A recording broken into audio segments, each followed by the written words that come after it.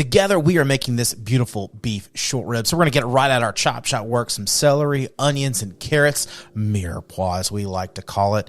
And it just kind of enhances our flavors. We're going to cut a little small because I like to add a lot of flavor to it. Next is our certified Hereford beef short ribs. This is a great product from Greater Omaha.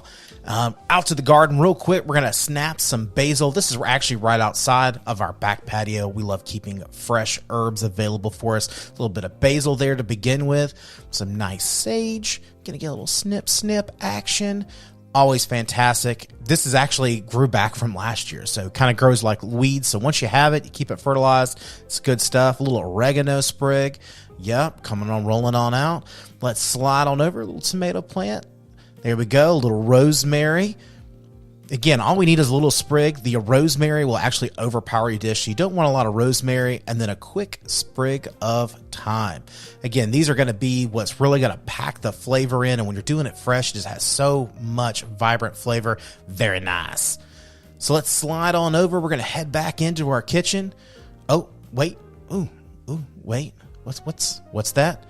Look at that nice, beautiful tomato. Oh yeah, we can't pass up on a tomato. Look at that bad boy. We're holding on to that. We'll add that in. So we got our 2 cups of flour, 3 quarts of beef broth or stock.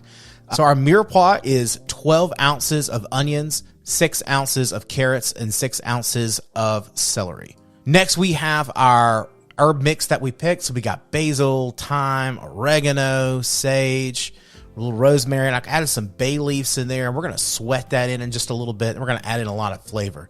Here is some more of those beautiful, delicious tomatoes. Look, there's our beautiful tomato picked right off of our farm. This is about a large tomato's worth. This was a beefsteak tomato. I always keep a little salt and pepper mix around.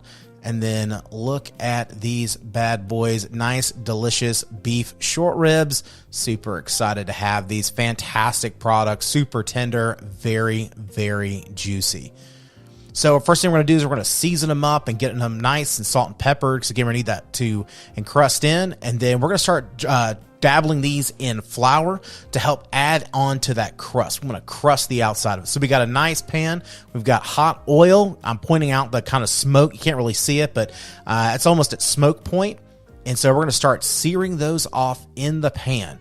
Again, we're really kind of wanting to add a crust on there, so don't overload it too quick. I almost did that.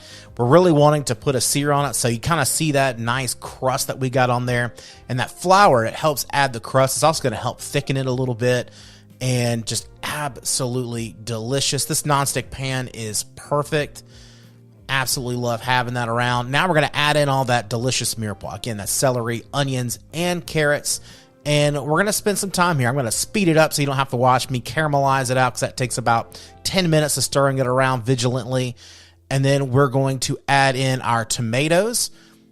And then we're going to add in our herbs and begin to sweat that in as well. I like to add that into the sweating process. Again, add that, let that oil soak up all of that beautiful flavor. It really is your oil that's almost like the delivery driver, if you will, for all of that flavor. So fat is good, and you want the fat to absorb as much of that flavor as possible. Now we're going to take 2 tablespoons of that seasoning flour that was the AP flour that was left over. We're going to add that in to kind of help with the thickening process later on. The roux needs at least 2 minutes to be able to cook through, and that we don't have that raw flour taste to it. We're going to sweat, again, keep continuing to sweat those herbs in. And then we're going to add in all of this beef broth here. There we go. You'll see a little fat on my beef broth. This is a beef broth from my house. I love making beef broth. Now we've got our beef short ribs. Now we're going to add those back in to our pan. Then we're going to wrap them up in tinfoil, placed down in the bottom oven at 300 degrees for the next 2 hours. So we're going to keep it simple and delicious. Nice, beautiful dollop of mashed potatoes, super buttery. Then we're going to top it off with a nice big old chunk of beef short ribs. Absolutely delicious. Man, that looks fantastic.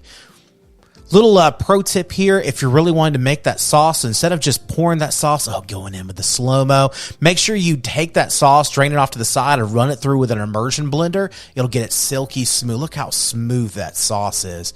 Oh yeah, that's the good stuff. Nice, beautiful velvet sauce. Notice how it all sticks together. It's not too oily. And then a little bit of those fresh herbs chopped on top. I hope that you enjoyed this. This is our beef short ribs. If you need more information, you can find it down in the description down below.